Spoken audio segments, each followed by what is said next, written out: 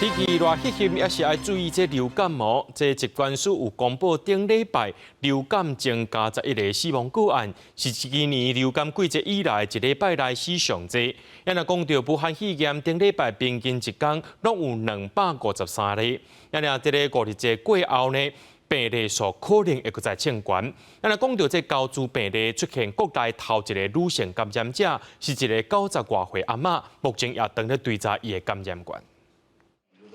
国内出现头一个女性高头族病例，个案是新北市90多岁的妇女，长期倒伫眠床。5月中捌因为肺炎断医治疗出院，转出了后6月7日开始出现皮肤症头，后来阁发烧。15到急诊就医，经过医师评估测验了后才确诊。密切接触者有9个人，检验结果拢阴性，感染源还阁有待调查。累计国内高头族本土个案有168例。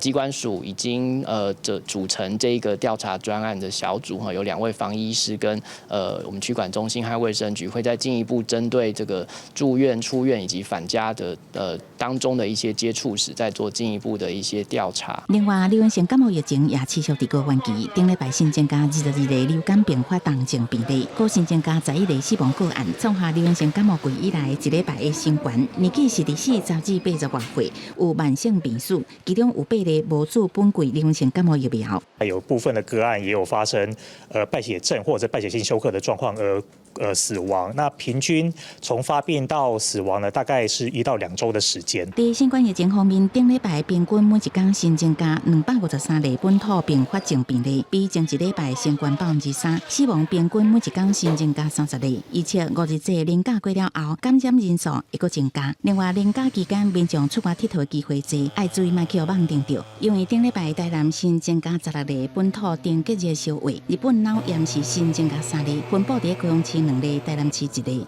记者综合报道。